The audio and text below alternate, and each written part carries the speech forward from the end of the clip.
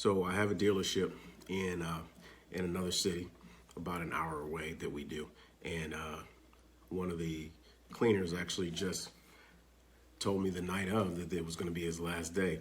So me not having a backup plan or anything like that, I kind of assumed, okay, well, I'm going to have to make that journey to go up there every night to kind of fill in the gap until we can pick up another person. But the cleaner that we have up there, in addition to him, handled it.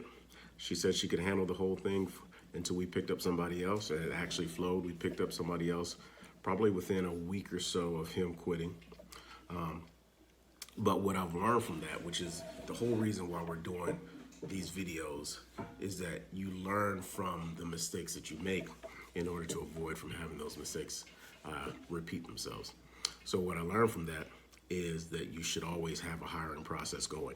You should always be accepting applications. It's not necessarily that you're always hiring people, but you always have a selection of people in hand in case something like this happens. And you've already vetted them because you've gone through that interview process, you've gone through checking references, and if you've even gotten to the point where you actually wanted to bring them aboard, you do your background checks as need be. It just really depends on what job you have them accomplishing at the time. Some jobs you don't really need a background check for.